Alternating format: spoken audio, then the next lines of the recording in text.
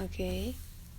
Ya, jadi menjelaskan bisnis proses yang paling utama, yang major, yang ada saat ini di sebagian besar perusahaan-perusahaan itu memakai bisnis proses seperti apa, ya, karena tidak semua bisnis proses itu sama tiap perusahaan, tapi ada yang major, yang penting dan harus ada dalam perusahaan. Nah, itu aja yang kita pelajari.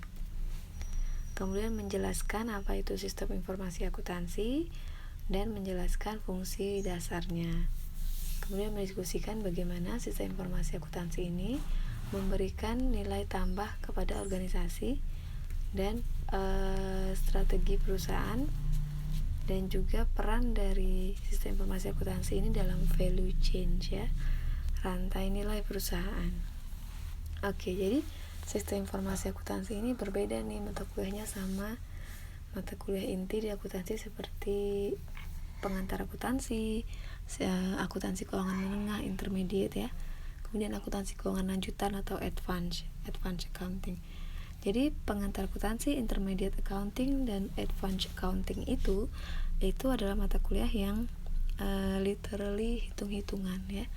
Jadi kalian diajarkan bagaimana cara membuat laporan keuangan.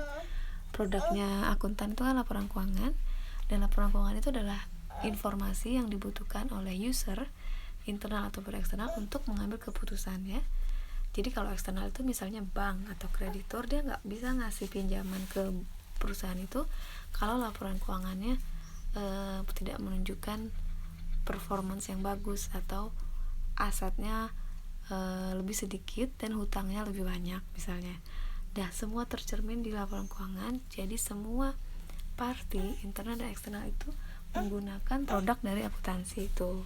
Nah, kalau di 3 mata kuliah inti yang hitung-hitungan tadi, itu benar-benar manual cara membuat laporan keuangan. Nah, kalau di sistem informasi akuntansi, dia berbicara lebih luas lagi, yaitu sistemnya, ya. Jadi bisnis prosesnya seperti apa yang terjadi dalam suatu perusahaan sehingga menghasilkan transaksi-transaksi, sehingga menghasilkan kejadian ekonomi yang kalian tuangkan dalam laporan keuangan itu. Nah, jadi lingkupnya lebih luas, sistem, ya. Itu karena hasil produk dari akuntan itu informasi atau laporan keuangan.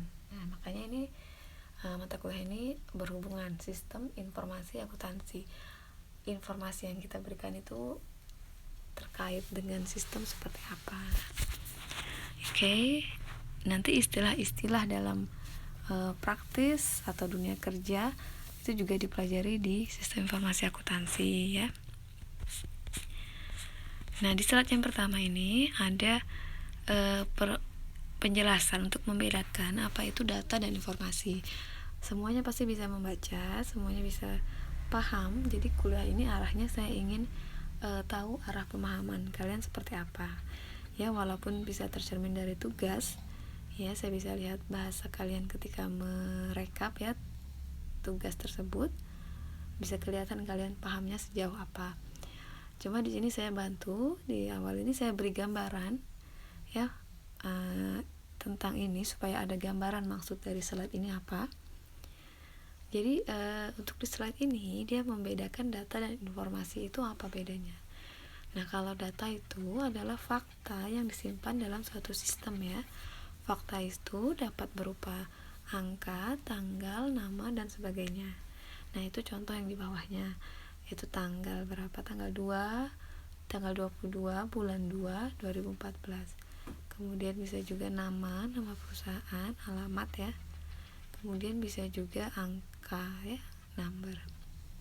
Ini data ini belum jadi informasi kalau belum dilekatkan dengan konteks yang lain. Nah, ini sudah jadi informasi ketika angka-angka dan nama-nama ini dimasukkan atau dihubungkan ke dalam konteks dari invoice, ya, invoice penjualan. Ini contohnya invoice penjualan, maka dia jadi informasi. Nah, invoice penjualan ini kan ada tanggalnya, ada nomor invoice-nya, ada nama perusahaannya, ya, nama customer-nya, item yang dia beli, kepada kita dan harga totalnya berapa. Kemudian ada informasi jumlah total invoice-nya atau fakturnya $60.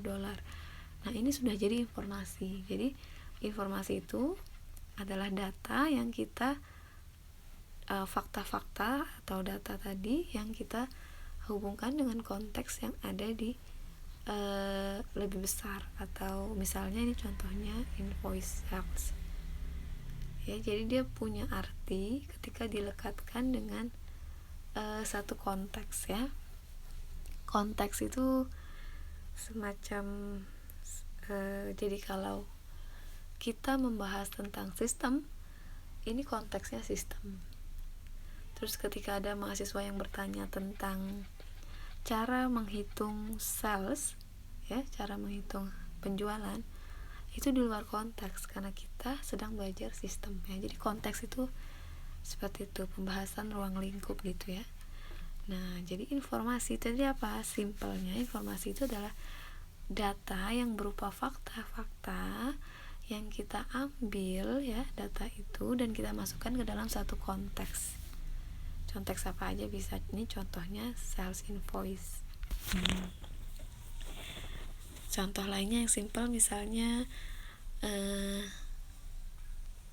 nama, misalnya nama Ani ini data ya, dia bukan informasi. Tapi kalau saya bilang Ani pergi ke pasar ya, konteksnya seperti itu sudah jadi informasi ya, sudah jadi informasi bahwa Ani sedang ke pasar. Jadi tidak berdiri sendiri ya, kumpulan dari beberapa fakta dan dilekatkan dalam satu konteks, itulah informasi. Nah, di dalam informasi itu mengandung nilai. Nilai apa? Dia akan menjadi informasi ketika bernilai benefit atau manfaatnya lebih besar dari cost ya, atau biaya ya. Biaya itu termasuk di dalamnya pengadaan informasinya, maintain atau pemeliharaan, kemudian penyimpanan data. Semua biaya yang dikeluarkan dalam proses itu disebut cost ya, dan cost itu harus lebih rendah dari benefit. Nah, contohnya benefit lebih tinggi dari cost. Jadi ketika saya mengatakan informasi Ani pergi ke pasar, saya informasikan ke katakanlah ke Budi. Nah, biaya yang saya keluarkan untuk menyampaikan informasi tersebut misalnya Rp100.000. Saya dari rumah saya ke rumah Budi, untuk menyampaikan informasi itu saya naik taksi dan mengeluarkan uang 100.000. Sedangkan informasinya itu hanya saya mengatakan Ani pergi ke pasar. Nah, itu informasinya kurang bernilai karena benefit yang didapatkan Budi, dia hanya dapat informasi bahwa Ani pergi ke pasar, tapi cost yang saya keluarkan ya itu lebih besar 100.000. Itu informasinya berarti kurang punya value atau kurang bernilai. Contoh lain yang informasi memiliki nilai manfaat lebih tinggi dari cost. Contoh lainnya misalnya saya membeli HP ya seharga 1 juta ya, nilai manfaatnya 1 juta, di harga ya saya beli bekas di harga 800.000 misalnya, plus biaya transportasi saya ke toko HP-nya 50.000, berarti costnya 850.000. Benefit yang didapat ya karena HP-nya masih bagus, kondisinya itu masih 1 juta, bisa dinilai 1 juta, maka itu benefitnya melebihi cost. Nah, itu adalah contoh dari benefit lebih dari cost. Informasi apa lagi? Ada banyak ya. Informasi itu akan bernilai. Bagaimana dengan produk dari akuntan yang bekerja membuat laporan keuangan? Laporan keuangan itu harus memiliki manfaat yang lebih besar daripada cost ya. Tentu saja cost itu termasuk gaji akuntannya, kemudian segala macamnya ya, tunjangan dan lain-lain. Sedangkan benefit itu yang didapat oleh orang yang menggunakan laporan keuangan. tentu saja lebih besar benefitnya ya, karena perusahaan itu berhubungan dengan banyak party internal dan eksternal yang membutuhkan laporan keuangan. Perusahaan itu tidak bisa mendapatkan dana atau modal dari investor, karena investor kalau tidak melihat laporan keuangan maka dia tidak bisa berinvestasi, dia tidak tahu performa perusahaannya seperti apa. Jadi benefit produk akuntan itu exit cost, melebihi cost ya. Banyak contoh lain, kreditor atau bank juga nggak mau dia meminjamkan uang ke perusahaan kalau laporan keuangannya tidak ada ya. Jadi melaporan keuangan itu adalah keputusan basic orang atau party untuk mengambil keputusan, penting sekali. Kemudian apa yang membuat informasi itu berguna ya? Jadi informasi itu harus melengkapi karakteristik berikut ini. Jadi harus relevan ya. Jadi informasi itu dibutuhkan untuk membuat keputusan ya. Contohnya yang tadi ya, di kreditor membutuhkan informasi yang relevan untuk pengambilan keputusan. Dia menentukan piutang yang sudah tua, jadi piutang yang sudah tidak bisa dibayar. Nah itu dilihat dari informasi apa? Informasi balance customer ya, saldo customer. Kemudian reliable, jadi informasi itu objektif ya, atau free from bias ya, bebas dari bias. Jadi informasi itu dapat dipercaya, reliable. Kemudian complete ya, informasi itu harus lengkap. Kemudian timely, informasi membutuhkan waktu kan untuk membuat keputusan, dan itu timely, tepat waktu, sesuai dengan keputusan yang akan dibuat saat itu. Kemudian understandable ya, mudah dimengerti, dipresentasikan dalam satu manner, satu standar yang dimengerti banyak pihak, umum. Kemudian verify, dia sudah diverifikasi oleh 2 orang atau lebih dalam membuat informasi itu. Jadi mungkin ada akuntan dan supervisornya yang sudah memverifikasi laporan sehingga laporan itu verified atau valid ya. Kemudian akses ya, jadi available ketika dibutuhkan ya, gampang diambil informasinya ya. Misalnya laporan keuangannya bisa di preview di sistem atau aplikasi oleh semua pihak ya yang bekerja, mulai dari top management sampai low management itu bisa akses, available ketika dibutuhkan. Kemudian keputusan organisasi dan informasi yang dibutuhkan ya. Jadi bisnis organisasi itu membutuhkan bisnis proses untuk organisasi itu bisa berjalan. Proses-proses ini itu dia ada dalam satu set aktivitas yang terstruktur ya, yang dihasilkan oleh orang, mesin, atau keduanya untuk mencapai tujuan spesifik, tujuan tertentu. Nah, keputusan kunci dan informasi yang dibutuhkan seringkali itu bersumber atau berorientasi dari proses bisnis. Jadi jika proses bisnisnya di breakdown atau diturunkan, ada beberapa proses bisnis. Misalnya ada proses bisnis ini pendapatan, revenue, pengeluaran, expenditure, produksi, penggajian, dan pendanaan atau finance. Nah, proses bisnis ini biasanya menghasilkan informasi dalam pengambilan keputusan. Jadi sumber-sumbernya tuh, pembahasan sistem informasi itu berputar di proses bisnis. Nah, ini transaksi informasi antara pihak internal dan eksternal dalam sistem informasi akuntansi. Organisasi bisnis itu ya terjadi antara internal dan eksternal ya, semua stakeholders. Oke, yang internal itu bisa employee, pegawai, dan manajer. Yang eksternal itu yang saya katakan tadi ya, ada customer, ada vendor, ada supplier, investor, kreditor, bank, bahkan pemerintah. Nah, kalau yang internal itu yang di dalam, yaitu employee dan manajemen. Oke, ini proses bisnis yang tadi. Jadi kalau revenue atau pendapatan itu kita memberikan barang atau jasa, kita dapat cash. Kemudian expenditure, kita dapat barang atau jasa, kita berikan cash. Kebalikannya, kalau produksi itu kita memberikan buruh ya, tenaga kerja, dan kita memberikan bahan dasar untuk membuat produksi sesuatu ya.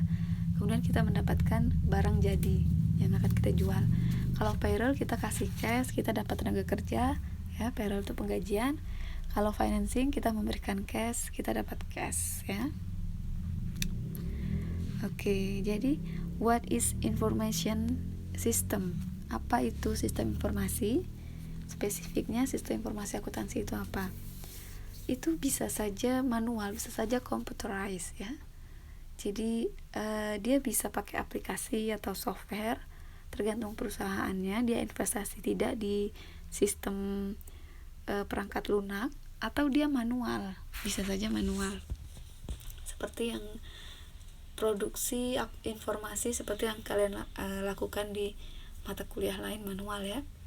Kemudian dia terdiri dari people ya, orang yang menggunakan sistemnya, prosesnya, teknologinya terkait data, software, IT, dan kontrol atau pengendalian dari informasi itu supaya aman ya. Ini keempat ini harus ada dalam sistem informasi akuntansi dan harus dibahas ketika kita membahas bisnis proses apapun. Nanti setiap chapternya tuh ada 4 ini selalu ada ya. Oke. Kemudian bagaimana sistem informasi itu punya nilai tambah atau memberikan nilai kepada perusahaan. Kenapa perusahaan harus ada sistem informasi akuntansi? Oke. Jadi dia memberikan nilai tambah karena dia membuat pihak perusahaan baik internal ataupun eksternal dalam membuat keputusan itu lebih efektif dan efisien ketimbang semua pihak internal dan eksternal harus gathering atau cari informasi, cari data sendiri. Sedangkan kalau pakai sistem informasi akuntansi semua tersedia, available when needed, available ketika dibutuhkan, bisa dipercaya ya, reliable, relevan dengan mau ngambil keputusan A, butuh informasi A, itu dia relevan ya, bisa dipercaya ya. Ketika semua informasi itu sudah memenuhi kriteria tadi, maka keputusan yang kita ambil jadi efektif dan efisien. Jadi perusahaan itu butuh untuk punya sistem informasi akuntansi. Nah, ini hubungan sistem informasi akuntansi dan strategi perusahaan. Bisa meningkatkan profit ya atau laba, bisa menentukan aksi yang harus diambil perusahaan untuk mencapai tujuan ya. Bagaimana bisa dengan baik mencapai tujuan itu. Jadi terhubung itu strategi perusahaan dengan sistem informasi akuntansi karena keputusannya lebih efektif dan efisien tadi. Nah, ini di value change dia berhubungan juga sistem informasi akuntansi ini, tentu saja ya, di rantai nilai dia berhubungan. Jadi dalam aktivitas perusahaan itu ada yang primer, aktivitas utama, dan support ya. Aktivitas primer itu adalah semua orang-orang yang bekerja atau beraktivitas di aktivitas primer ya, atau memberikan nilai secara langsung kepada customer. Contohnya biasanya departemen sales atau penjualan, kemudian departemen marketing. Nah, ini contohnya ya. Kemudian departemen jasa ya, kemudian logistik ya, pengiriman, distribusi seperti itu. Operation ya, dia memproduksi, manufacturing, kemudian repackaging, nah itu operation. Kemudian inbound, outbound logistik itu termasuk ya. Nah, inbound ini menerima material, outbound ini mendistribusikan atau shipping. Inbound ini menerima material dari vendor atau supplier, outbound ini shipping atau distribusi ke customer. 5 ini aktivitas utama. Jadi kalau kalian bekerja di 5 departemen ini, kalian bekerja di aktivitas utama perusahaan. Kalau ini tidak ada, maka perusahaan tidak bisa jalan atau tidak bisa menjual produk atau jasa ya, kalau perusahaan jasa. Nah, tapi kelima ini harus disupport nih sama aktivitas support. Nah, ini jadi membentuk satu sistem nih. Aktivitas supportnya macam-macam ya. Yang utama atau yang major itu ada 4 ya. Infrastruktur itu bisa IT ya, bagian komputer, kemudian HRD, humas ya, kemudian termasuk di dalamnya ini nggak ada humas. HRD ini SDM, kemudian teknologi, kemudian purchasing ya. Ini aktivitas support. Terkadang ketika kita bekerja misalnya di departemen logistik, kita bisa saja dipindahkan ke departemen support, misalnya ke HRD atau SDM ya. Itu bisa saja terjadi karena dalam satu sistem itu saling berhubungan. Oke, seperti itu untuk pembahasan chapter pertama ini. Terima kasih.